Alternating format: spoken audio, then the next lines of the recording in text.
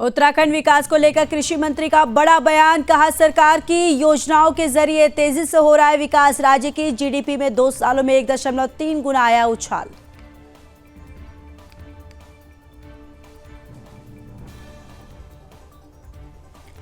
शहरी विकास मंत्री डॉक्टर प्रेमचंद अग्रवाल ने निर्माणाधीन पार्किंग का फायर स्टेशन का किया निरीक्षण। डॉक्टर प्रेमचंद अग्रवाल ने अधिकारियों को किया निर्देशित।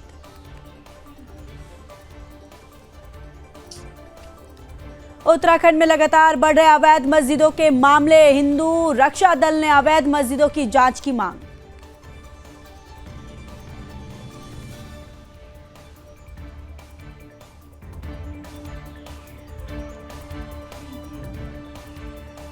हल्द्वानी में ई रिक्शा चालकों के लिए सख्त निर्देश। हाईवे और स्टेट हाईवे में नहीं चलेंगे ई रिक्शा। ई रिक्शा चालकों को वर्दी पहनाना जरूरी।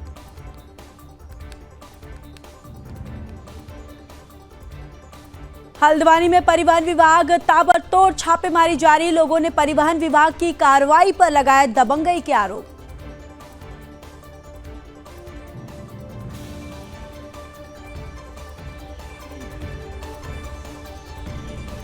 मसूरी में शौचालयों को दुरुस्त करने की कवायद शुरू। अधिशासी अधिकारी ने शौचालयों का किया निरीक्षण।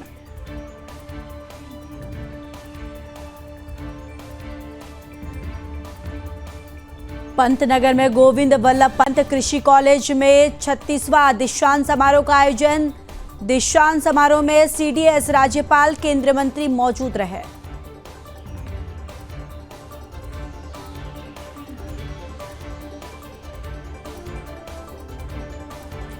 रुद्रपुर में डॉल्फिन कंपनी के मजदूरों का अनशन समाप्त। बीजेपी नेता के प्रयास के बाद अनशन समाप्त। बीजेपी नेता ने महिलाओं को जूस पिलाकर अनशन खत्म करवाया। बागेश्वर में दर्दनाक हादसा। मलबे के चपेट में आने से पिता पुत्र की मौत। 3 श्रमिकों की बाल बाल बची जान।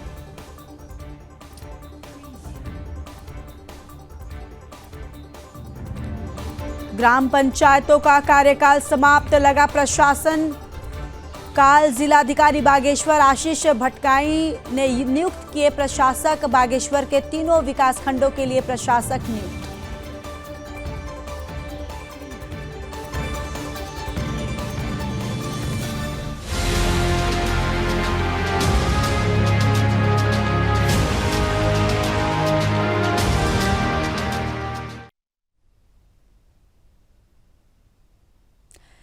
राजधानी देहरादून को डस्टबिन फ्री बनाए रखने के लिए नगर निगम द्वारा रोजाना घरों से कूड़ा उठाया जा रहा है। वहीं इसको लेकर देहरादून के नगर आयुक्त गौरव कुमार ने कहा कि जो लोग कूड़ा उठाने का सामान्य शुल्क को देने में आनाकानी कर रहे हैं, वहां पर निगम की टीम भेजकर उन्हें समझाने की कार्रवाई कर रहा है। साथ ही उन्होंने कहा कि अगर वह शुल्क देने के लिए नहीं मानते तो उन पर नियमानुसार कार्रवाई जो है वो की जाएगी। यानी नगर निगम रोजाना घरों से कूड़ा उठाने का जो कार्य है वो अब कर रहा है। कूड़ा उठाने के शुल्क ना देने पर अब कड़ी कार्रवाई होगी।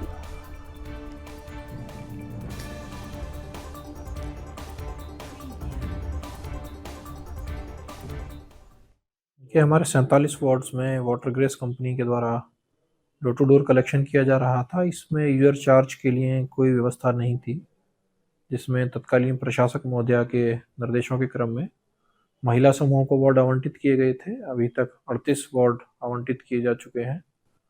महिलाओं के द्वारा उसमें घर घर जाकर यूजर चार्ज कलेक्शन किया जा रहा है। कुछ वार्ड्स में ऐसा इश्यू आ रहा है कि लोग यूजर चार्ज देने में आनाकानी कर रहे हैं अथवा अभद्रता की जा रही है। ऐसी कई जगह से शिकायतें प्राप्त हुई हैं। अभी हमारे द्वारा उसमें अपनी टीम्स को भेजकर समझाने की कार्रवाई की जा रही है।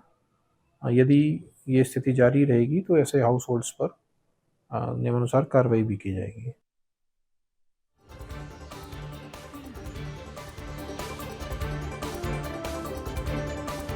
देखिए, खबर देहरादून से है, जहां पर नगर निगम ने एक कड़ा यहां पर रुख दिखाया है। साथ ही साथ आपको बताते चले कि देहरादून को डस्टबिन फ्री बनाए रखने के लिए नगर निगम द्वारा रोजाना घरों से कूड़ा उठाया जा रहा है। इसको लेकर देहरादून के नगर आयुक्त गौरव कुमार ने कहा है कि जो लोग कूड़ा उठाने का यानी कि सामान्य शुल्क को देने में आनाकानी कर रहे हैं, उन पर नगर निगम की टीम जो है उसे भेजकर उन्हें समझाने की कोशिश की जा रही है। यानी कि समझाने की कार्रवाई जो है वो नगर निगम के द्वारा किया जा रहा है। और साथ ही उन्होंने कहा कि अगर शुल्क देने के लिए नहीं मानते तो उन पर नियमानुसार जो कार्रवाई है वो की जाएगी।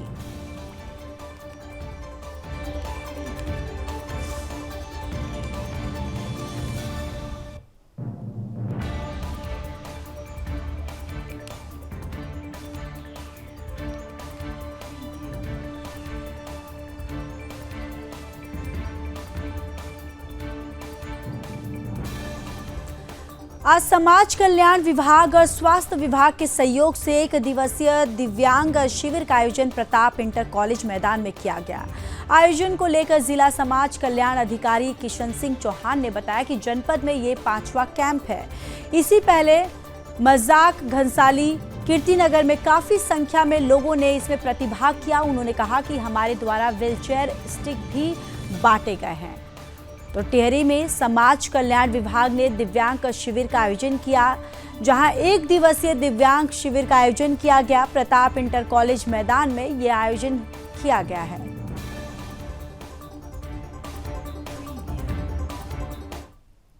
मैं लाना चाहूँगा, हमने पूरे जनपद में ये 5वां कैंप है और इससे पहले हमने माचप में, थत्यूड़ में, कीर्तिनगर में और घनसाली में कैंप लगाए हैं, जहाँ वृहद स्तर पे लोगों ने उसमें पार्टिसिपेट किया और लगभग हम कम से कम 100 से 150 प्रमाण पत्र बना चुके हैं। विशेष फोकस हमारा मानसिक दिव्यांग बच्चों पे रहता है, जिसकी रेफेल की टीम को हम देहरादून से यहाँ बुलाते हैं, उनके माध्यम से प्रमाण पत्रों का बनाया जाता है। आज हमने 78 पंजीकरण हो चुके हैं और अब हमने अभी तक 2 व्हीलचेयर, 1 वॉकर, 5 स्टिकें अभी तक लोगों को दे चुके हैं और लगातार इन शिविरों का आयोजन भविष्य में भी जनपद स्तर में लगातार किया जाएगा।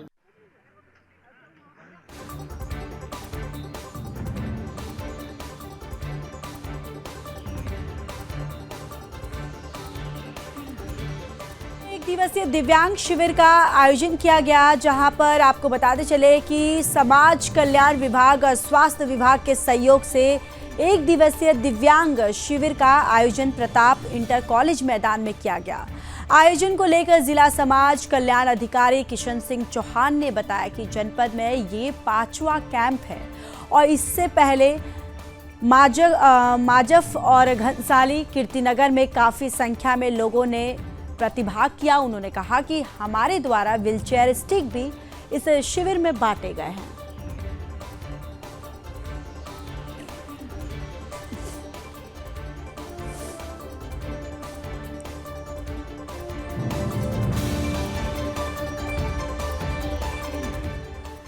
चलिए अब बात हरिद्वार की कर लेते हैं। हरिद्वार जिले के बहादुराबाद थाना क्षेत्र में हरिद्वार नेशनल हाईवे स्थित बढ़ही राजपुताना में हाथी की दस्तक ने अफरा तफरी मचा दी है। हालांकि आबादी वाले क्षेत्र में पहली बार हाथी आने से हाथी को देखने के लिए कुछ लोग उत्सुक नजर आए और कई लोग डरकर भागने लगे। वहीं हाईवे पर कुछ देर तक चहलकदमी करने के बाद हाथी जंगल की ओर चला गया, जिसके बाद हाथी आने की खबर आसपास क्षेत्र में आग की तरह फैल गई। गांव में हाथी की चर्चा एक विषय बनी हुई है, क्योंकि ऐसा पहली बार हुआ है जब गांव में जंगली हाथी मुख्य रास्ते से होता हुआ हाईवे पर पहुंचा। तो हाथी की दस्तक से सड़क पर सैर को निकले गजराज को देखकर लोगों में अफरा तफरी का माहौल जो है वो देखने को मिला और हाथी को देखकर लोगों की जो सांसें हैं वो अटकी। और आप ये तस्वीरों में भी देख सकते हैं कि किस तरीके से आसपास का जो माहौल है वो पूरी तरह से अफरा तफरी मचा हुआ है। और कुछ लोग जो हैं हाथी को अपने मोबाइल फ़ोन में उनकी तस्वीरें लेते हुए भी दिखाई दे रहे हैं। और साथ ही साथ आपको बताते चले कि दस्तक देने से, यानी कि हाथी की दस्तक से सड़क पर सैर को निकले लोगों में अफरा तफरी का माहौल जो है वो हो गया।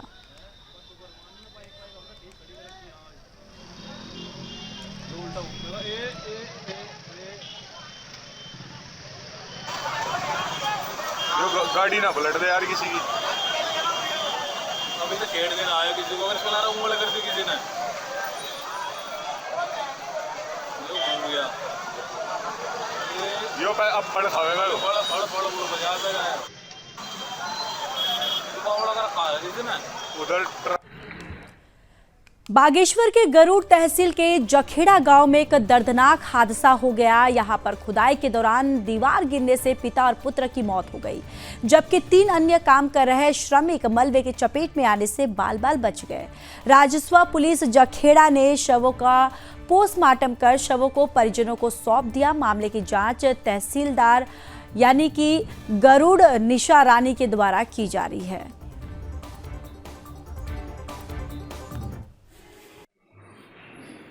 कि जखेड़ा गांव है एक बैगांव कालरो, वहाँ पे कोई प्रेम सिंह लाल सिंह हैं, उनके द्वारा अपने घर के पास में ही कोई गौशाला निर्माण का कार्य किया जा रहा था। उसके चलते उनके घर से लगा हुआ जो एक टीला सा था उसको वो खोद रहे थे। उसको खोदते समय उनका और उनके पुत्र दोनों वहाँ पे खोदते समय उनके ऊपर मलबा उसका गिर गया, जिसके कारण से उनकी वहीं उसमें दबने से मृत्यु हो गई है।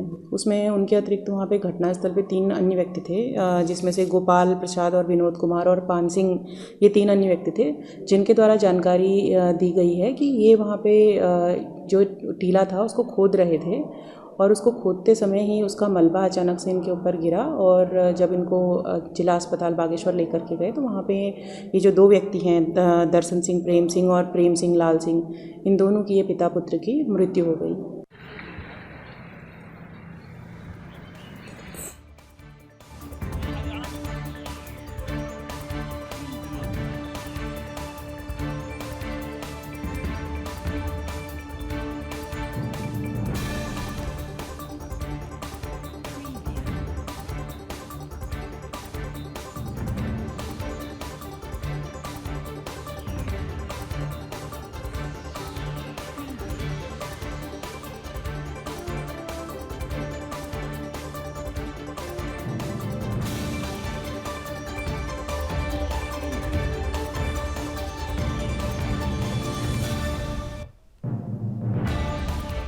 खबर उधम सिंह नगर के बाजपुर से है, जहां कोतवाली अंतर्गत क्षेत्र में पैदल घर जा रही एक महिला को कार ने अपनी चपेट में ले लिया। इस दौरान महिला गंभीर रूप से घायल हो गई, जिसे आनन फानन में लोगों की मदद से उपचार के लिए बाजपुर के सरकारी अस्पताल में भर्ती करवाया। इस दौरान चिकित्सकों ने महिला को जांच के बाद मृत घोषित कर दिया। घटना से मृतका के परिजनों में कोहराम मच गया। वहीं घटना की सूचना पर मौके पर पहुंची पुलिस शव को पोस्टमार्टम के लिए भेज दिया। फिलहाल पुलिस ने घटना की जांच शुरू कर दी है।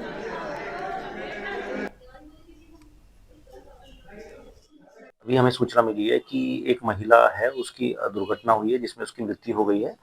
रामराज रोड के पास टोपा एक जगह है, उसके आसपास बता रहे हैं कि एक कार चालक है जो जा रहे थे और अचानक महिला रोड क्रॉस कर रही थी और उनके सामने आ गई, तो महिला की मौके पे ही मृत्यु हो गई है। अभी पंचायतनामा की कार्रवाई की जा रही है, पीएम की कार्रवाई की जाएगी और जैसे भी तहरीर आ जाएगी उसके हिसाब से सुसंगत कार्रवाई की जाएगी।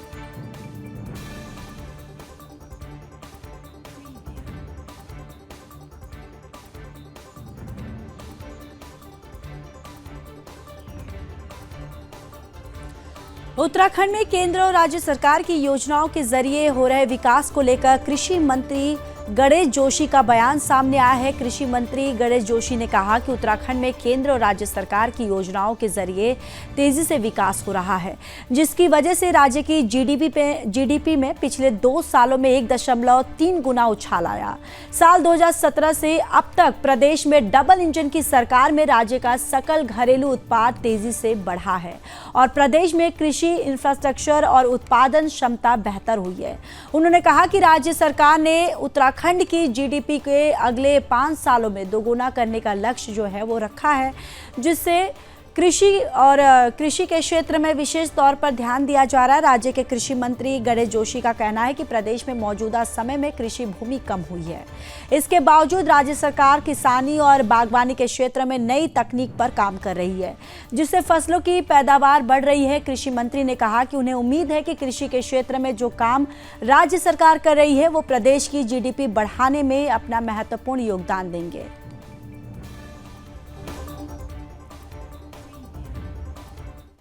आज मैं पूरे भरोसे के साथ कह सकता हूं, इस प्रदेश की जीडीपी में आने वाले समय में हॉर्टिकल्चर और एग्रीकल्चर का बहुत बड़ा योगदान होने वाला है। अगर आंकड़े उठाकर आप देखें, 2000 के बाद हमारा खेती का क्षेत्रफल तो घटा है, लेकिन हमारा उत्पाद बढ़ा है, क्योंकि हम नई तकनीक का इस्तेमाल कर रहे हैं। आज जो सेब पहले 5-6 साल में फल देता था, आज हाई डेंसिटी का एप्पल जो हम उगा रहे हैं, एक साल में पहले साल में 6.5 किलो दे रहा है, दूसरे साल में 22 किलो दे रहा है, तीसरे साल में 24 किलो दे रहा है। यही कारण है कि हमारा उत्पाद बढ़ रहा है। वहीं जैविक खेती में आज हम 38% जैविक हैं।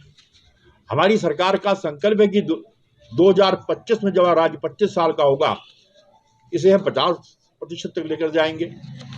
इस प्रकार प्राकृतिक खेती के लिए हमने 6400 हेक्टेयर गंगा के किनारे का क्षेत्र है उसको चुना है, और आज ही प्राकृतिक खेती के लिए एक बहुत बड़ा घोषणा केंद्र सरकार द्वारा की गई है। तो निश्चित ही प्राकृतिक खेती के माध्यम से, जैविक खेती के माध्यम से, हॉर्टिकल्चर के माध्यम से हम एग्रीकल्चर के क्षेत्र में इसके उत्पाद को बढ़ाएंगे, और जो हमारी जीडीपी के अंदर एक बहुत बड़ा योगदान होगा।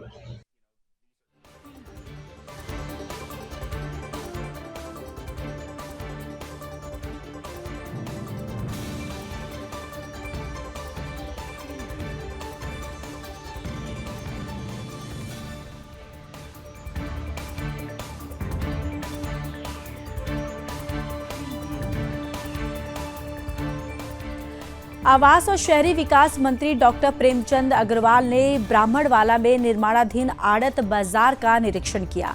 इस दौरान एमडीडीए द्वारा निर्माणाधीन पार्किंग, फायर स्टेशन आदि का निरीक्षण किया गया। उन्होंने कार्यों में गुणवत्ता बनाए रखने के लिए अधिकारियों को निर्देशित किया है।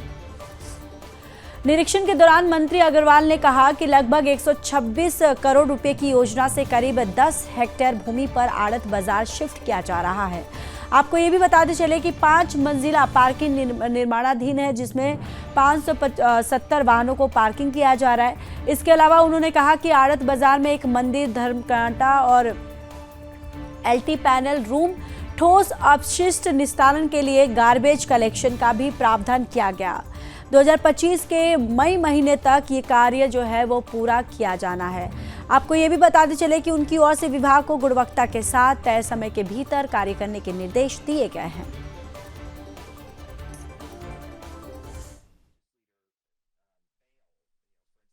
आप जानते हैं जो हमारा आड़त बाजार इस टाइम जहाँ पे संचालित है, वहाँ चूँकि आड़त बाजार का मतलब है कि ट्रकों का आना, ट्रकों का जाना, वो माल का लोडिंग और अनलोडिंग, और वो एक ऐसा रास्ता अभी हमारे सामने है कि जिसमें अनेकों बार जाम लगता है। व्यापारियों को भी दिक्कत होती है, अन्य लोगों को भी दिक्कत होती रही। तो एक हमारे सामने एक विषय आया कि हम उसको वहाँ से शिफ्ट करें, और मेरे विभाग एमडीडी के द्वारा जिस जगह मैं खड़ा हूँ यहाँ शिफ्टिंग करने की बातचीत प्राइमरी स्टेज पे हुई, सारी बातचीत हुई। तो 356 हमारे प्रभावित व्यापारी हैं जिनको हम लोग शिफ्ट करने की स्थिति में हैं, जिसमें लगभग 200 लोगों ने कंसेंट दी है कि उनको प्लॉट दिया जाए, जिस वैल्यू का वहाँ पे उनकी दुकान है उस वैल्यू के हिसाब से यहाँ पे उनको प्लॉट हम दे रहे हैं। और ये 126 करोड़ रुपए की योजना से लगभग 10 हेक्टेयर में यहाँ हम लोग, आप देखिए मेरे पीछे एक पार्किंग बन रही है जिसमें 570 गाड़ियों की पार्किंग हो सकेगी। हमने दोनों साइड रास्ता बनाने का काम शुरू किया है। यहाँ एक ओवरहेड टैंक पानी का होना है, टॉयलेट्स बनने हैं जिसमें एक महिला के लिए पिंक टॉयलेट बनना है, एक पुल बनना है। कुल मिला के इसको हम बहुत तेज़ी से काम कर रहे हैं। लगभग मई 2025 तक इस काम की अवधि अभी हमारे सामने है, काम में गति भी है और मेरे द्वारा कहा भी गया है कि काम समय से भी हो, गुणवत्तापूर्वक भी हो। सामने नाला बहता हुआ भी मैंने देखा है, जो गंदा नाला मैं कह सकता हूँ, उसके लिए भी मैंने थोड़ा सा मुझे लगा कि गंदी स्मेल उसमें आ रही थी, तो उसके लिए अलग से एक प्रोजेक्ट बन रहा है जिसमें आने वाले लोगों को उससे दिक्कत ना हो। कुल मिला के एक अच्छा कंसेप्ट जो हमारी सरकार का है, वो जब ये बन जाएगा और वो बॉटल नेक जिस प्रकार से वहाँ पे है वो भी ख़त्म होगा, आवागमन और स्मूथली वहाँ से हो सकेगा और पूरा एक छत के नीचे यानी कि एक स्थान पे सारे व्यापारी वर्ग जब यहाँ आएंगे उनके लिए भी अच्छा होगा और अच्छे ढंग से वो काम कर सकेंगे। और उम्मीद कर रहा हूँ सही समय पे सही टाइम पे हमने ये निर्णय लिया और पूरे टाइम पर गुणवत्ता प्रति काम पूरा होगा।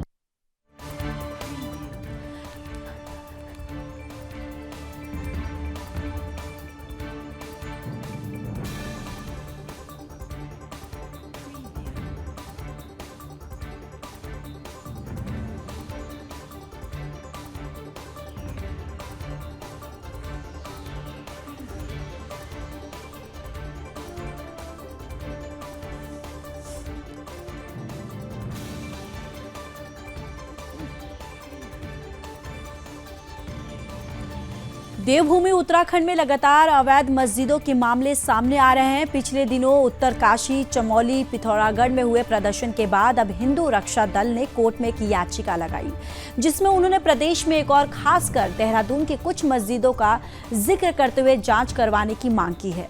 हिंदू रक्षा दल के प्रदेश अध्यक्ष ललित शर्मा ने देहरादून में प्रेस वार्ता करते हुए कहा कि शुरुआत हम राजधानी देहरादून से करेंगे अवैध मस्जिदों के लिए और फिर धीरे धीरे पूरे प्रदेश की अवैध मस्जिदों को हम उजागर करेंगे। अगर प्रशासन कोई कार्रवाई नहीं करता है तो हिंदू रक्षा दल स्वयं उसको उखाड़ फेंकने का काम करेगा। अवैध मज़ारे बिल्कुल देखिए, आज से 8 से 10 दिन हो गए हमने एक याचिका डाली थी आरटीआई के विरुद्ध। हमने आरटीआई से सूचना मांगी थी, सूचना में कुछ सूचनाएं सूचना विभाग से मैं पूरी नहीं मिल पाई। इसका मतलब कहीं ना कहीं एमडीडीए की ये खामियां है। सूचना ना मिलने का कारण है, सूचना में देरी होने का कारण है, कहीं ना कहीं खामियां है। कुछ जांच हमने कर ली है, कुछ पेपर हमारे पास है, वो जो हम कोर्ट के सम्मुख पेश करेंगे। मगर देहरादून से अवैध मस्जिदें, और देहरादून से हम इसलिए बोल रहे हैं, शुरुआत राजधानी से करेंगे और पूरे उत्तराखंड में हिंदू रक्षा दल उस ताकत से फैलेगा कि पूरे उत्तराखंड में हिंदू रक्षा दल अवैध मस्जिदें और अवैध मज़ारे बिल्कुल भी किसी भी कतई पे बर्दाश्त नहीं करेगा। अगर शासन प्रशासन कार्रवाई नहीं करता तो हिंदू रक्षा दल भी जैसे उत्तरकाशी में वहां एक ऐसा आह्वान करेगा कि इन मस्जिदों को उखाड़ फेंकने का काम करेगा। उत्तराखंड की बात नहीं करता मैं, देहरादून में लगभग 4 से 5 मस्जिदें ऐसी हैं जिनका अभी 2 मस्जिदों का नाम सामने आ चुका है, जिनमें पहले भी आवाज उठाई गई है, मगर कुछ राजनीतिक दबाव के कारण और कुछ लोगों के खाने पीने की वजह से उन मस्जिदों के नाम बैक कर दिए गए थे। आज वहां बड़े रियासी या बड़े होटल खुल चुके हैं, उन पर जल्दी हिंदू रक्षा दल एक बड़ी कार्रवाई करेगा और कार्रवाई उस तरह की करेगा कि ना तो बैठेगा ना बैठने देगा। उन मस्जिदों को तत्काल में ध्वस्तीकरण का कार्यक्रम हिंदू रक्षा दल करेगा उच्चतम न्यायालय के जरिए। करेंगे कोर्ट में कि यही है अवैध मस्जिद है या कोर्ट से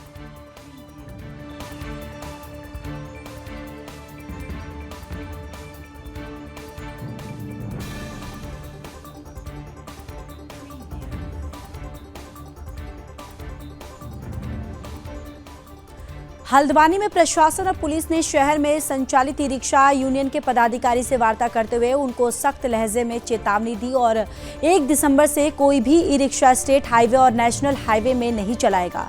इसके अलावा सभी ई रिक्शा चालकों को अपने सत्यापन करने आवश्यक होंगे। साथ ही प्रशासन द्वारा निर्धारित की गई वर्दी भी पहननी होगी। इसके अलावा सभी ई रिक्शा चालकों को निर्देश दिया गया है कि वह समय पर सत्यापन करेंगे और 1 दिसंबर को नियम संगत चलेंगे, अन्यथा यानी कि प्रशासन रोजाना चेकिंग अभियान चलाकर लगातार कार्रवाई करेगा। आज ई रिक्शा संचालकों के साथ पुलिस अधिकारियों की, प्रशासन के अधिकारियों की एक मीटिंग आहूत की गई थी, जिसमें प्रशासन के अधिकारियों के द्वारा, सिटी मजिस्ट्रेट के द्वारा और हमारे ट्रैफिक के अधिकारियों के द्वारा और ई रिक्शा के जो यूनियन के पदाधिकारी हैं और जो ई रिक्शा चला रहे हैं उनके द्वारा प्रतिभाग किया गया। इसमें ये उनको निर्देशित किया गया है कि वो नेशनल हाईवे हमारा Nainital road, Rampur road, Bareilly road और कालाडूंगी रोड पर वो प्रतिबंधित किया गया है उनको, वहाँ पर ई रिक्शा नहीं चल सकते हैं। इसके अलावा इनको 7 दिन का टाइम दिया गया है, 1 सप्ताह का, जिसमें ये टीआई साहब के पास अपना एड्रेस, जिनका वेरिफिकेशन हो चुका है 500 ई रिक्शा वालों का, वो अपने वेरिफिकेशन के साथ अपना एड्रेस नोट कराएंगे और उस एड्रेस के अनुसार जो रूट पास में पड़ेगा उस ई रिक्शा चालक को वहाँ का रूट दिया जाएगा। ये 7 दिन में ये लोग हमें पूरी अपनी रिपोर्ट दे देंगे। उसके बाद टीआई साहब हमारे सामने रिपोर्ट प्रस्तुत करेंगे। उस रिपोर्ट के आधार पर फिर हम सारे अधिकारियों के साथ बैठ के मीटिंग करेंगे कि किस पर संख्या ज़्यादा है लोगों के चलने वाली, वहाँ पर ज़्यादा ई रिक्शा दिए जाएंगे। जहाँ पर कम लोग चलने वाले होंगे वहाँ पर कम लोगों को, कम संख्या में ई रिक्शा को अनुमति दी जाएगी। नहीं है ना, लेकिन आप ये सोचिए कि जो सड़क है उसका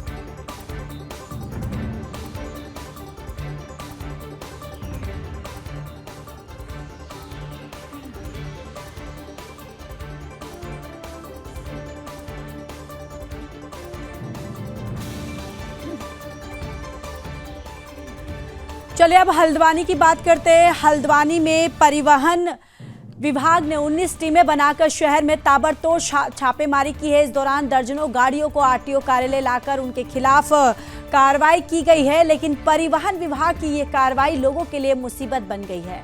वाहन चालकों और लोगों ने परिवहन विभाग की कार्रवाई के खिलाफ इस प्रकार के आरोप लगाए कि कई चालक बोले कि उन्हें यानी घर से बाहर निकलते ही उठा लिया गया और कई चालकों को कहा है कि उनकी खाली गाड़ी थी, उसके बावजूद उन्हें जबरदस्ती आरटीओ लाकर चालान कर दिया गया। आपको ये भी बताते चले कि वाहन चालकों ने आरटीओ प्रशासन पर दबंगई और उत्पीड़न करने के सीधे आरोप लगाए हैं।